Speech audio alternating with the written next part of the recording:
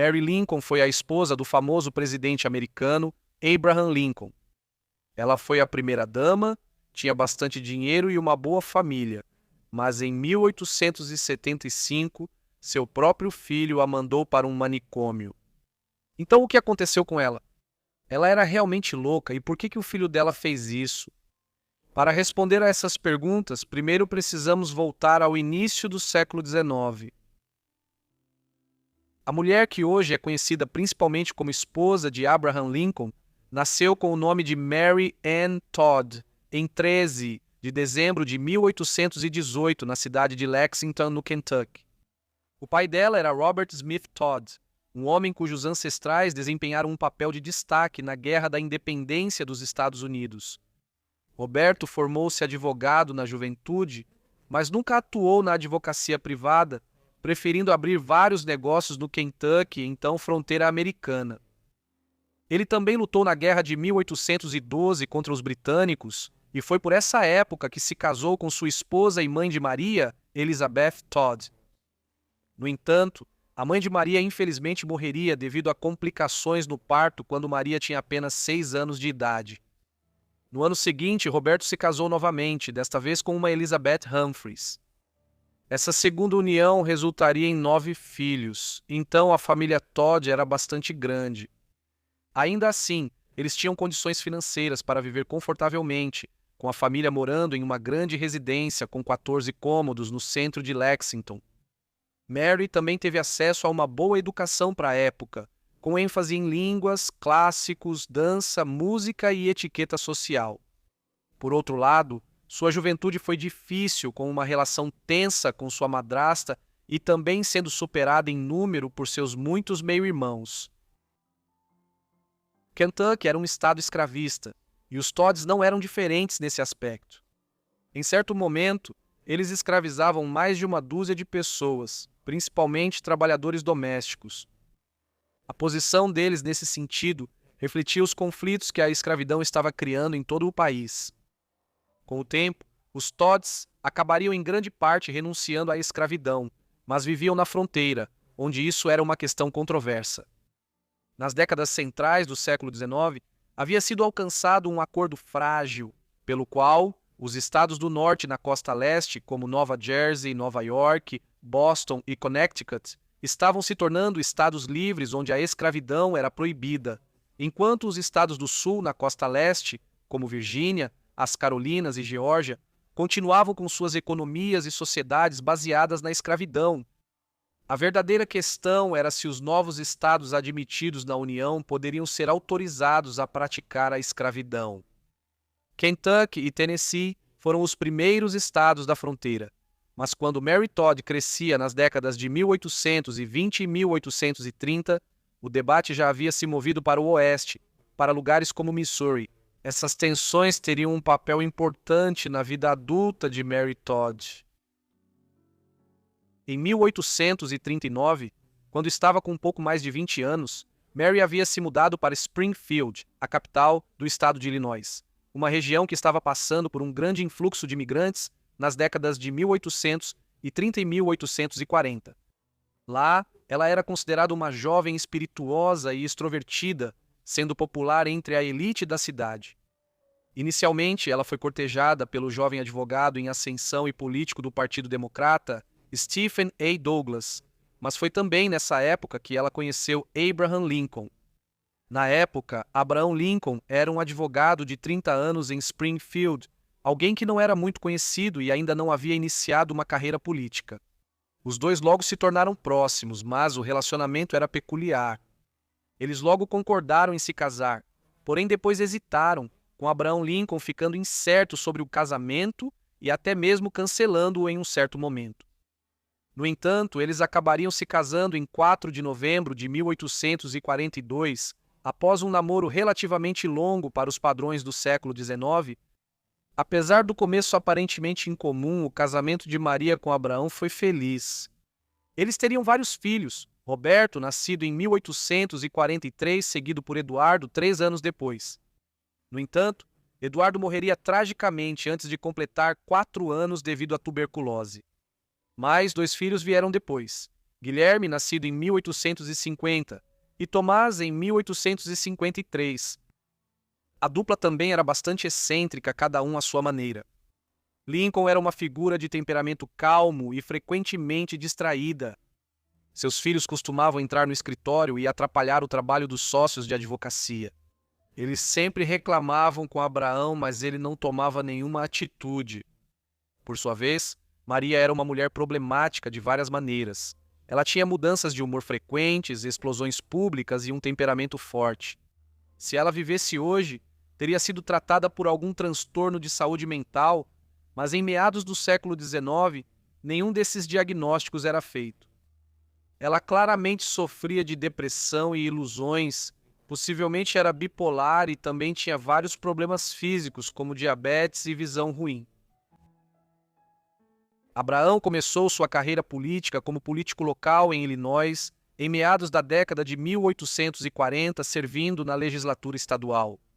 Não era incomum que pessoas em profissões de destaque, como o direito, ocupassem esses cargos no estado naquela época, e Abraão não parece ter considerado uma carreira na política em âmbito federal nesse momento. Depois de alguns anos, enquanto ele e Maria começavam sua família, Abraão se afastou da política e concentrou-se em sua prática jurídica.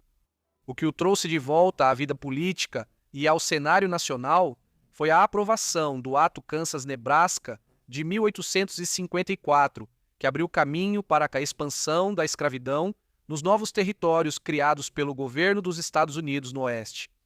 Lincoln logo se destacou como uma figura proeminente dentro do recém-formado Partido Republicano, que era anti-escravagista e havia sido criado apenas em 1854. Por meio de uma série de eventos um tanto incomuns, ele foi catapultado da relativa obscuridade para se tornar o candidato do Partido Republicano na eleição presidencial dos Estados Unidos de 1860. Mary seria um apoio sólido, ainda que por vezes pouco ortodoxo, para Abraão na campanha eleitoral. Ela apoiou as ambições políticas dele nos anos 1850 e talvez nunca tivéssemos ouvido falar de Abraham Lincoln sem o incentivo de Mary para que ele disputasse a presidência. Ela também parece ter contribuído para algumas de suas opiniões políticas. Por outro lado, ela era vista como intrometida por alguns setores da imprensa, enquanto sua disposição em trazer jornalistas para a casa dos Lincoln em Illinois e lhes mostrar a casa era considerada excêntrica. Abraão claramente a via como uma parceira em sua carreira. Quando ele venceu a eleição em 1860, ele a cumprimentou com as palavras: "Mary, nós fomos eleitos." A posição de primeira-dama dos Estados Unidos era algo que só havia entrado no vocabulário dos assuntos públicos americanos desde a década de 1830. Maria apreciava o papel, embora fosse difícil tanto para ela quanto para Abraão. A Guerra Civil Americana começou poucos meses após Lincoln assumir a presidência, pois acreditava-se que ele aboliria a escravidão na União. Vinda de uma família proprietária de escravos no Kentucky, Maria tinha muitos parentes próximos que lutaram ao lado da Confederação, e vários de seus meio-irmãos foram mortos em combate. No entanto, ela manifestava abertamente seu apoio à União e à causa da abolição.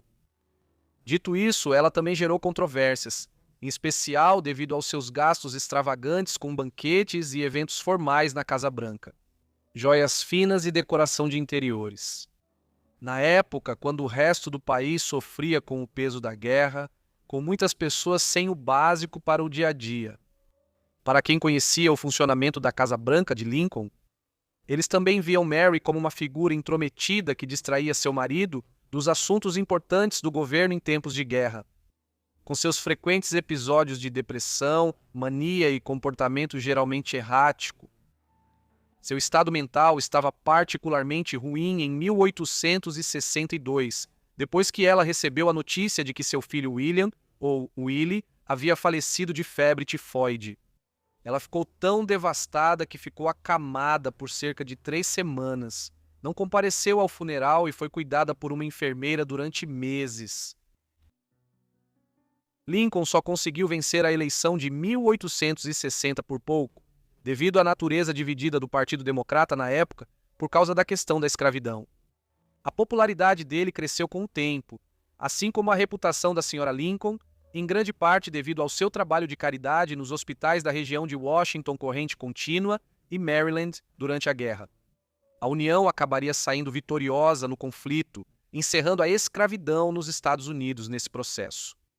Maria tinha grandes esperanças de que poderia se tornar uma primeira-dama mais tranquila depois disso, mas um certo John Wilkes Booth tinha outras ideias. Booth era um ator e apoiador da Confederação, que no dia 14 de abril de 1865 assassinou o presidente Lincoln. Enquanto ele e Maria assistiam a uma apresentação da peça Our American Cousin no Teatro Ford, em Washington, D.C., Maria estava segurando a mão do marido quando ele foi baleado na parte de trás da cabeça. Ele só morreria na manhã do dia 15 de abril, após ficar em coma por várias horas. A Sra. Lincoln teve de ser retirada do quarto em certo momento. Tão intenso era o trauma dela. Mary Lincoln recebeu muita solidariedade após o assassinato do marido. O casal havia sofrido tanto durante a guerra, e agora, quando tudo parecia ter acabado e a guerra vencida, o marido de Mary foi cruelmente tirado dela. Ela recebeu, entre as condolências, uma carta da rainha Vitória da Grã-Bretanha, uma mulher que perdera seu marido, o príncipe Alberto, 4 anos antes, em 1861, e nunca se recuperaria totalmente da perda, usando roupas pretas de luto pelo resto de sua vida. Apesar das mensagens de simpatia, Mary Lincoln logo se viu em uma situação financeira difícil. Abraham teve sucesso como advogado e político, deixando-lhe uma herança de mais de 2 milhões de dólares em valores atuais. Mas Mary sempre foi gastadora, e seu tempo como primeira-dama só piorou esses instintos. Em 1868, ela já anunciava na mídia nacional que estava falida e precisava de ajuda financeira, como a pobre viúva do presidente assassinado. Ela passaria muitos anos depois disso tentando melhorar sua situação financeira e vivendo do apoio financeiro de amigos da família e antigos aliados políticos de seu marido. Em certo momento, isso envolveu ela e um de seus filhos, Ted, mudando-se para a Europa para viver em Frankfurt com a família Seligman. Joseph Seligman era um judeu alemão que havia migrado para os Estados Unidos, onde se tornou um empresário muito bem-sucedido e ajudou a arrecadar uma quantia enorme de dinheiro para o esforço de guerra da União durante a presidência de Lincoln. Eventualmente, no início da década de 1870, o Congresso concedeu uma pensão anual para Mary, mas ela nunca teve uma situação financeira estável depois de ter desperdiçado a herança que seu marido deixou ao morrer. Os problemas financeiros que Mary enfrentou após a morte do marido colocaram uma pressão considerável sobre sua saúde mental, que sempre foi frágil. Isso foi agravado pela publicação, em 1868, de um livro intitulado Por Trás dos Bastidores, ou 30 anos como escrava e 4 anos na Casa Branca, de Elizabeth Keckley. Keckley era uma ex-escravizada que se tornou funcionária dos Lincolns como costureira, e mais tarde, uma confidente próxima e amiga de Mary Lincoln. Mary considerou a publicação do livro, que incluía uma grande quantidade de revelações pessoais sobre ela e seu falecido marido, uma traição séria, e muitas pessoas na época acharam isso de mau gosto.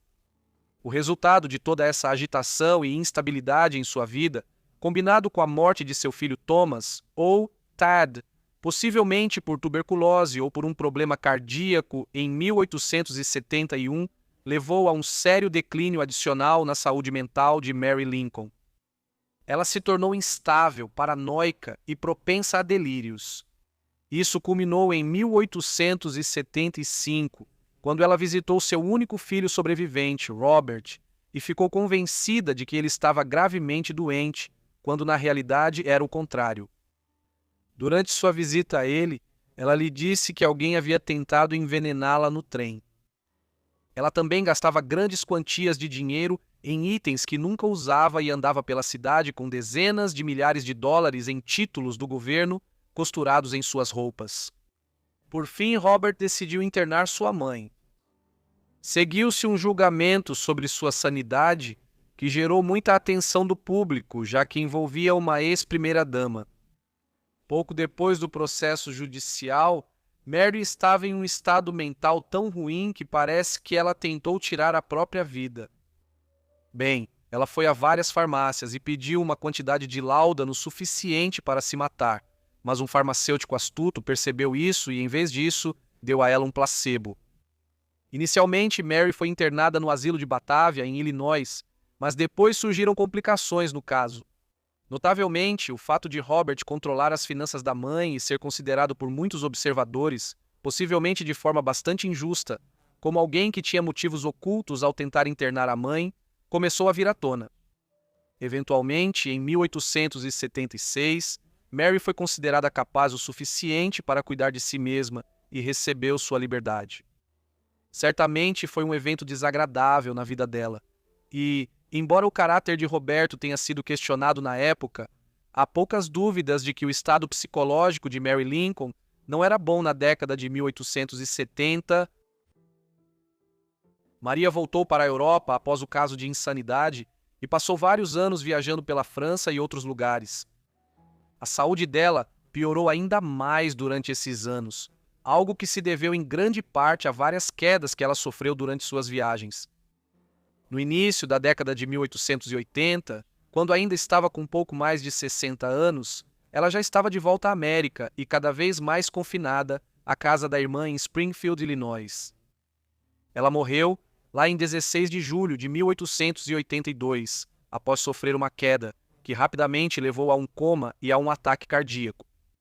Ela tinha 63 anos de idade. Uma das poucas coisas boas dos problemas de sua vida mais tarde foi que ela e Robert se reconciliaram pouco antes de sua morte. Maria geralmente foi considerada pelos historiadores como uma primeira-dama muito mediana ou até ruim, já que suas várias dificuldades distraíram seu marido de suas funções oficiais, em um momento de crise nacional. No entanto, nos últimos tempos, um retrato mais favorável dela surgiu, especialmente após sua interpretação por Sally Field no filme Lincoln, de Steven Spielberg. Obrigado por assistirem ao vídeo sobre Mary Lincoln ou Mary Ann Todd. Espero que tenham achado interessante. Me diga o que você achou do vídeo aí embaixo nos comentários e se tiver alguma sugestão, não deixe de escrever também nos comentários. Espero que estejam inscritos e com notificações ativadas para receber meus vídeos assim que eu postar. Enfim, é isso da minha parte, então vejo todos vocês no próximo vídeo do Forgotten Lives. Obrigado!